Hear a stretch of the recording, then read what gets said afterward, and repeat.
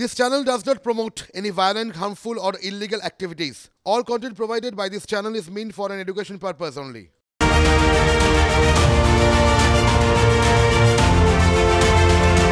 News এক্সপ্রেসের শুরুতেই আমি শুভজিৎ চোখ রাখবো দেশের টপ 9 নিউজে।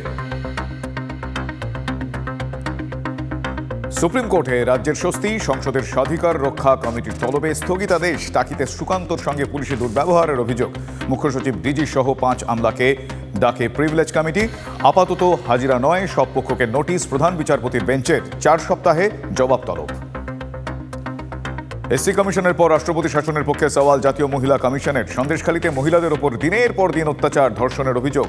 আস্থা নেই পুলিশে, রাষ্ট্রপতি শাসন ছাড়া উপায় নেই। রাষ্ট্রপতি শাসনের পক্ষে সওয়াল জাতীয় মহিলা কমিশনের চেয়ারপারসন রেখা শর্মার। দিল্লি ফিরে রাষ্ট্রপতিকে রিপোর্ট। নজরে লোকসভা ভোট, রাম মন্দিরের পর এবার পালা কলকিধাম মন্দিরের। উত্তরপ্রদেশের সম্ভালে কলকিধাম মন্দিরের শিলান্যাস প্রধানমন্ত্রীর। নিজের হাতে মন্দিরের শিলা রাখেন নরেন্দ্র মোদী, ছিলেন মুখ্যমন্ত্রী যোগী আদিত্যনাথ। লখনৌয়ে 10 লক্ষ কোটির উন্নয়ন প্রকল্পের সূচনা প্রধানমন্ত্রীর। আবারও ইডি হাজিরা এড়ালেন অরবিন্দ কেজরিওয়াল। এ নিয়ে ষষ্ঠবার সম্পূর্ণ বেআইনিভাবে তাকে নোটিশ পাঠানো হয়েছে, দাবি আপ সুপ্রিমোর। আদালতের রায়ের অপেক্ষা না করেই বেআইনিভাবে কেজরিকে নোটিশ পাঠানো হয়েছে, আপের যুক্তি।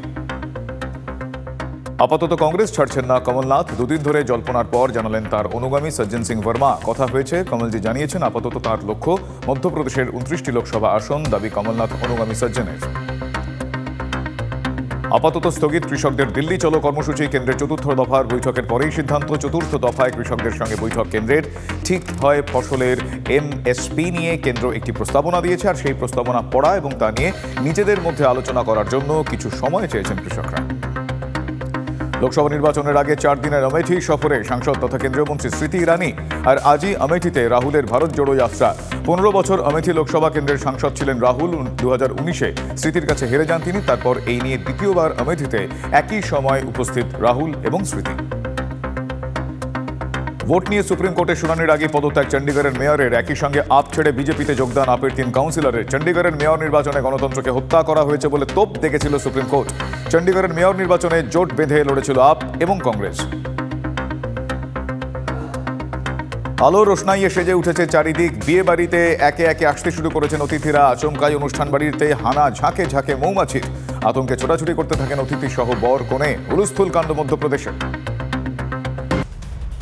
কোনো আধার বাতিল হয়নি, এটা চক্রান্ত, পাল্টা দাবি করছেন বিরোধী দলনেতা শুভেন্দু অধিকারী। শুভেন্দুর দাবি সমস্যা তৈরি হয়েছে রাঁচির আঞ্চলিক দপ্তরের ভুলে।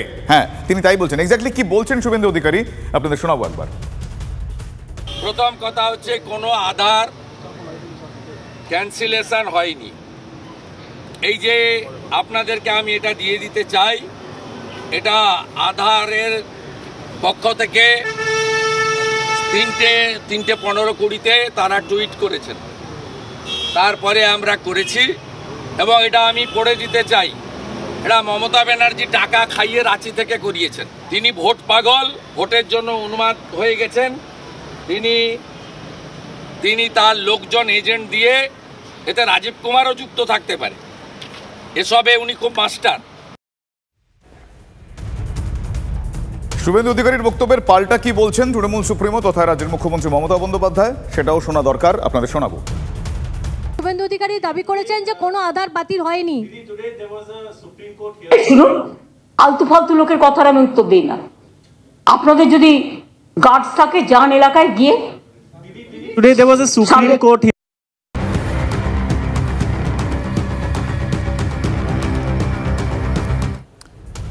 এসসি কমিশনের পর রাষ্ট্রপতি শাসনের পক্ষে সওয়াল জাতীয় মহিলা কমিশনের। সন্দেশখালীতে মহিলাদের ওপর দিনের পর দিন অত্যাচার, ধর্ষণের অভিযোগ উঠছে। আস্থা নেই পুলিশে, রাষ্ট্রপতি শাসন ছাড়া কোনো উপায় নেই। রাষ্ট্রপতি শাসনের পক্ষে সওয়াল জাতীয় মহিলা কমিশনের চেয়ারপারসন রেখা শর্মার। আজ সন্দেশখালীতে যান রেখা। গ্রামে গ্রামে ঘুরে কথা বলেন মহিলাদের সঙ্গে। মহিলাদের নিয়ে যান তিনি থানাতেও। সন্দেশখালীর পরিস্থিতি খতিয়ে দেখে রাজ্যে 356 ধারা লাগুর পক্ষে সওয়াল জাতীয় মহিলা কমিশনের চেয়ারপারসনের। 18 के करीब मेरे पास कॉपीज हैं आज कंप्लेंट्स की। 2 रेप की कॉपीज हैं, बाकी molestation which is very severe molestation. They are saying मेरे हमारे कपड़े उतार दिए गए, यहाँ टच किया, वहाँ टच किया। इतना बुरा हाल है कि महिलाएं मुझे छोड़ नहीं रही हैं, वो मुझे पकड़ कर रो रही हैं। बहुत बुरी हालत है। मुझे नहीं लगता कि राष्ट्रपति शासन के बिना कुछ हो पाएगा, क्योंकि पुलिस से भी डर है। कईयों की मैंने कंप्लेंट रिटर्न में दी है और मैं एक भी कॉपी उन्होंने रिसीविंग की नहीं दी थी। आज मैंने खुद रिसीविंग की कॉपी मैं लेके जा रही हूँ और उनको भी दी है, महिलाओं को भी। बच्चों के यहाँ पर गन रखी जाती है कि अगर तुम्हारी माँ कंप्लेंट वापस नहीं लेगी तो ये यहाँ पर गन रखी जाती है।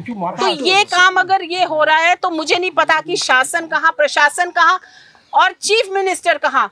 मुझे लगता है उनको रिजाइन कर देना चाहिए और बिना एक पोस्ट के अगर वो यहाँ आए तो महिलाओं का दर्द समझ पाएंगी। এ বিষয়ে কি বলছেন দিলীপ ঘোষ আপনাদের শোনাবো, কি বলছেন শশী পাঁজা শোনাবো আপনাদের। যখন মহিলাদের উপর এই ধরনের অভিযোগ আসে এবং তাদের কোনো শুনবাই হয় না, তার এফআইআরও নেওয়া হয় না, তারা বারবার বলছেন, রাজ্যপাল গেছেন, তারা পায়ে ধরে কান্নাকাটি করছেন। কী পরিস্থিতি! সিরিয়া পাকিস্তানের চেয়েও খারাপ অবস্থা হয়ে গেছে। তো সেই জন্য মহিলা কমিশনের দায়িত্ব আছে গিয়ে দেখা করে ওদের সত্যটা জেনে আসা, সত্যি ঘটনা ঘটেছে কিনা, কী ঘটেছে, কাদের উপরে ঘটেছে, তারপরে যা হবে হবে। তারা যেহেতু এসসি এসটি সমাজের, এসসি কমিশন গেছে, হিউম্যান রাইট কমিশন যাবেই, এদের কাজই তাই আছে। আর মমতা ব্যানার্জি কাউকে যেতে দিচ্ছে না, বলছেন কিছুই হয়নি। উত্তম সর্দার কিংবা তাদের বিরুদ্ধে অভিযোগ এবং শিবু হাজরা তাদেরকে অ্যারেস্টও করা হয়েছে। রাজ্য সরকার পক্ষ থেকে ক্যাম্পগুলো আরম্ভ হয়েছে। ন্যাশনাল কমিশন ফর উইমেনের সভানেত্রী জানা প্রয়োজন যে এই রাজ্যে মহিলার উপরে কোনো অত্যাচার নির্যাতন এই অভিযোগ এলে কিন্তু তৎপর এই রাজ্য। বাংলায় হলে আপনি ছুটে আসেন, আসুন, কিন্তু সর্বত্র অন্য জায়গা কেন যাচ্ছেন না? রাজ্য পুলিশের বিরুদ্ধে জাতীয় মহিলা কমিশনকে নালিশ সুকান্ত মজুমদারের। জাতীয় মহিলা কমিশনকে চিঠি বিজেপির রাজ্য সভাপতির। সন্দেশখালীর অভিযোগকারীর পরিচয় ফাঁস করেছে পুলিশ।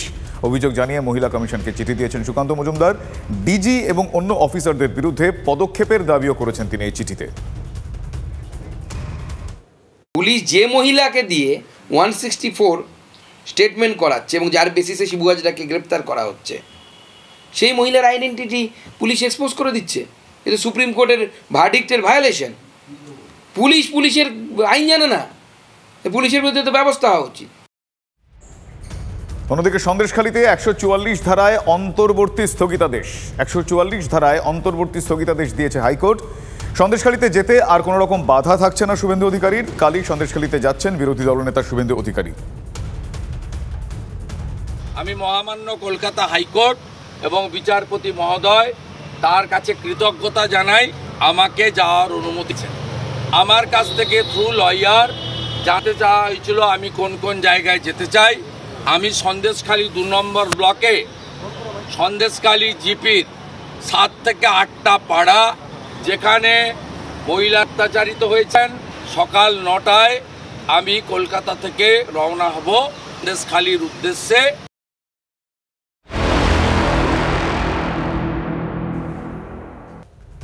আসলে সন্দেশখালীতে যা পরিস্থিতি সাম্প্রতিককালে, তাতে এক কথায় বলা যায় সেখানে শাসকের গা জোয়ারি। শিবু হাজরা, গণেশ হালদারদের আরও কীর্তি সামনে আনলো TV9 বাংলা। কে খেয়া চালাবে, কে চালাবে টোটো, সেটাও নাকি ঠিক করে দেন শিবু হাজরা, গণেশ হালদাররা। ভাবুন একবার, খেয়া চালিয়ে 2 পয়সা হাতে আসতো তপন পাত্রর। শাসক দলের গা জোয়ারিতে সেই অধিকারও হারান তিনি, এমনটাই তিনি অভিযোগ করছেন। গণেশ হালদারের মর্জি না হওয়ায় খেয়া চালানোরই অধিকার হারান ষাটোর্ধ্বই তপন পাত্র। ভাবুন একবার, শিবু হাজরার পায়ে পড়েও খেয়া চালানোর অধিকার পাননি তপন। অভিযোগ এমনটাই। ভাত ফেলে রেখে শাসক দলের মিটিংয়ে গিয়েছেন তপনের স্ত্রী, তা সত্ত্বেও অধিকার ফেরত পাননি তপনবাবু। আমার সামনে বসে রয়েছেন যিনি, তার নাম তপন পাত্র।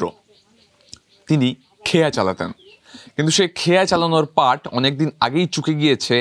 তার কারণ শিবু হাজরা, উত্তম সর্দার বা গণেশ হালদাররা মনে করেছেন এই খেয়া তিনি চালাতে পারবেন না, তাই তিনি চালাতে পারেন না। 20 বছর ধরে খেয়া চালিয়েছি। স্কুল বললো যে আপনি চালাতে লাগুন, আর ওই পাবলিক পার করে কোনো দিকে আপনার জীবনটা চলবে। আর স্কুল থেকে স্বাভাবিক পয়সা দিত আর কি, ওই ছেলে মেয়ে পেরোনোর জন্য, এই ছাড়া অন্য কিছু নয়। তারপরে হঠাৎ ডেকে আমাকে বারণ করে দিল। কে বারণ করলো? ওই পার্টির নেতৃত্ব যারা ছিল, ওই গণেশ হালদার, ওই অনাথ মণ্ডল, ওই অরুণ মণ্ডল, এরাই ডেকে বারণ করে দিল আপনি কালকে থেকে খেয়া দেবেন না। আর খেত বন্ধ করে দিতে হলো? হ্যাঁ, বন্ধ করে দিয়ে এখন ওই বললো যে তারপরে মিটিং করলো, করার পরে বললো স্কুলের হেডমাস্টার বললো যে আপনার স্কুলের থেকে আমাদের পয়সা দেওয়া আছে, উনি ছাড়া আমাদের স্কুলের ছেলে মেয়ে পেরোবে না, ওই লোক ওই ছাড়া। সেখান থেকে তো 2 পয়সা রোজগার হতো, সেটা বন্ধ বন্ধ বন্ধ। ওদের মর্জি হয়েছে বলে বন্ধ, ওদের মসজিদে বন্ধ, কোনো উপায় নেই। ওইভাবে আছি, স্কুলে এখন যাবো, স্কুলে আবার পার করে দিয়ে আবার এসে বেঁধে দেবো, এই হচ্ছে আমার ইনকাম। আবার রাত্রে এই যে খাওয়া ভাত আমাদেরকে খেতে দেয় না, ওই উত্তম সর্দার না কি বলে, আমাদের বাড়া ভাততলা ভাত বেড়েছে, আমাদেরকে তুলে নিয়ে চলে গেল। আর সেখানে বলছে কি, এই বুড়ি এনেছিস কেন, সব বেছে বেছে তো ছুগড়ি সব নিয়ে আসবি, ছুগড়ি বৌজি বড়ি মেয়েটি এইসব নিয়ে আসবি, এইসব বলেছি। উত্তম সর্দাররা? হ্যাঁ বলেছে, ওটা ওই রাধারানীর স্কুলে ওই রাত্রের মিটিংটায়। আবার এরকম তুলে আনবো রাত 12টার সময়, এইসব হুমকি দিয়েছে, বলেছে, এইসব কথা বলেছে। আপনি কোনদিন বলেছিলেন যে আমাদের খেয়াটা দিন? না, তা বলি না, বাড়ির ছেলে নিয়ে নিয়েছে, আর বললে তো বিপদ আছে। গোটা সন্দেশখালি জুড়ে এরকম করুণ ছবি, নির্মমতার ছবি, রাজত্বের ছবি চারদিকে। ক্যামেরায় সমরের সঙ্গে সুমন, TV9 বাংলা, সন্দেশখালি।